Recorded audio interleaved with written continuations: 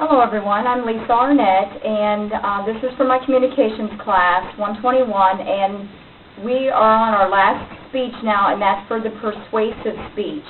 And the topic I chose was the ever-rising gas prices.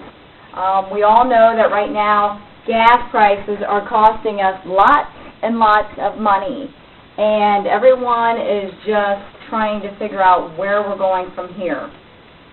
Tracking gas prices can feel like we're on a roller coaster because one month they're up pretty high and then they go down and then they go up, and right now they're pretty leveled out, and they have been for like the past month at about, we're averaging $3.50 a gallon. I just heard that the crude oil price of a barrel of oil did drop, but it was only like 30 cents a barrel or 20 cents a barrel, so it wasn't very much. But if you add up how many barrels of oil are sold, then it can help down. It's a trickle effect that way.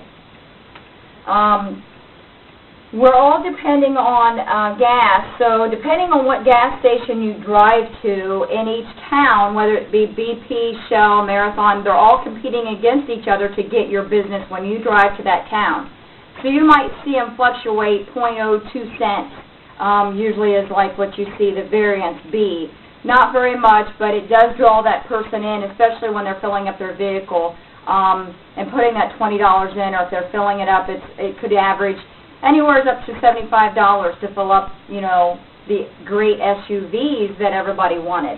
That was another thing that's happening with the ever-rising gas prices.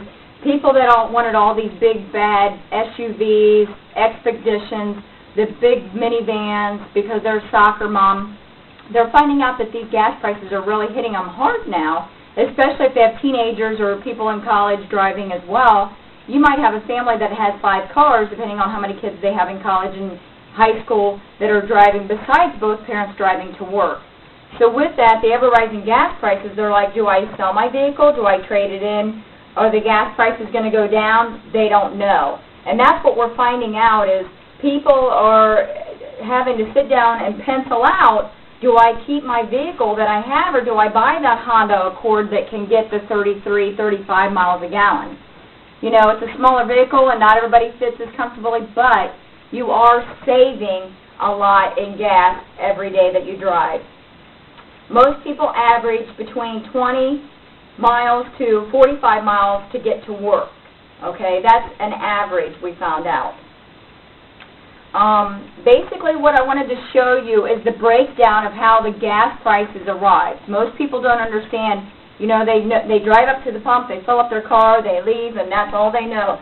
They don't actually realize what all goes into the pricing of the gasoline. We're going to start off with the very first component is the crude oil. The crude oil that's in the ground actually makes 50% of the price. That makes up 50% of the price of our gasoline, okay? Then the next step you have is the refining process. Okay, so we get it out of the ground, now we have to refine it somewhere, and that makes up 28% of the gasoline price. Okay, so you have the crude oil, then you have the refining, and now we got to market it and transport it. Okay, so we got to get it to where it's going. We have to market it to the person, and then somehow we got to transport it to the buyer. Okay, so that makes up another 8%. So you have the distribution and marketing, it's 8%. You have the refining, that's 28%. Then you have the crude oil, which is the bottom piece right now, and that makes up 50%. The very top piece to this whole puzzle is the taxes. That's what's on top.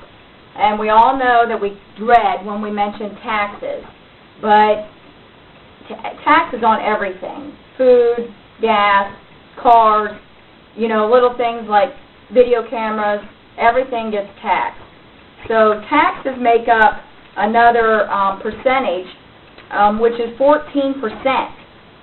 Okay, so in my little chart here, we have the 50% for the crude oil, then we have the 28%, okay, and then you have your top piece that is actually 14% of the gas prices, is taxes.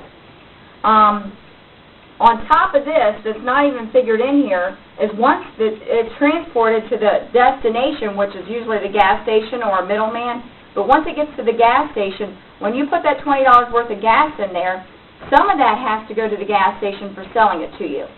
They get a very small piece to this whole puzzle, okay? And depending if they're a chain, like the BP, Shells, Marathons, or if they are independently owned, the markup can vary, okay? So if it's a BP, Shell, then it's dictated by corporate, and they usually mark it up 1, 2 cents, maybe 3 cents, okay? But if they're independent, then they can mark it up all the way to 10 cents more on the gallon, okay? So you have the crude oil, you have the refining, you have the transportation and marketing of it, and then you have the taxes, and now you have the gas station price, okay? They're the ones that are selling it to you. And they're also drawing you in because then you're going to go in and you're probably going to buy a pop or a water or a candy bar or chips or something. So they mark that up as well to stay in business. It's all a vicious game. And now the prices on everything is going up because we don't know what this economy is doing.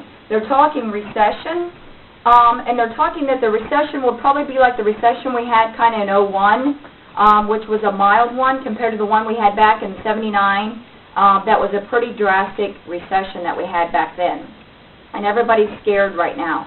And they're telling us in these economic meetings that they're hosting, which one is today, April 30th, they're hosting one today, that this meeting today will define what's going to happen in the second half of 2008. We might not see the effects of this, though, until the beginning of 2009.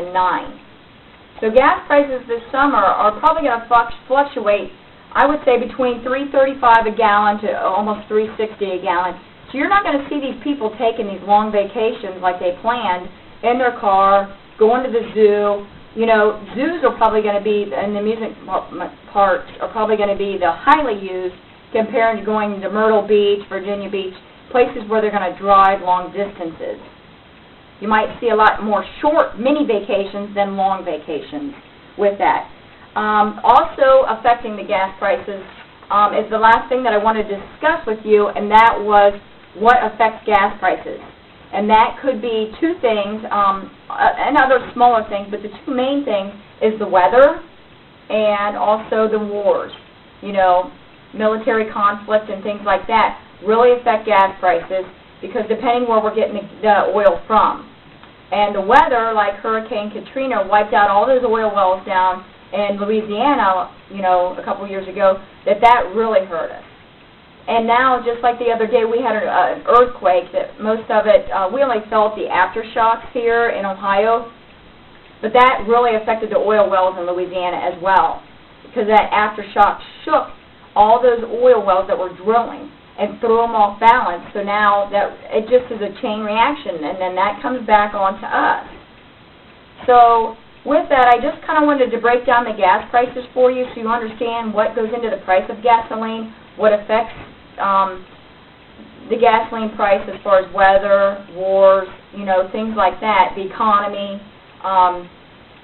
And hopefully we'll just pray that we're not going to go into a recession, that things are going to mild out, you know, level out now, and that we can see a better second half of 2008 and pray for a good start to 2009.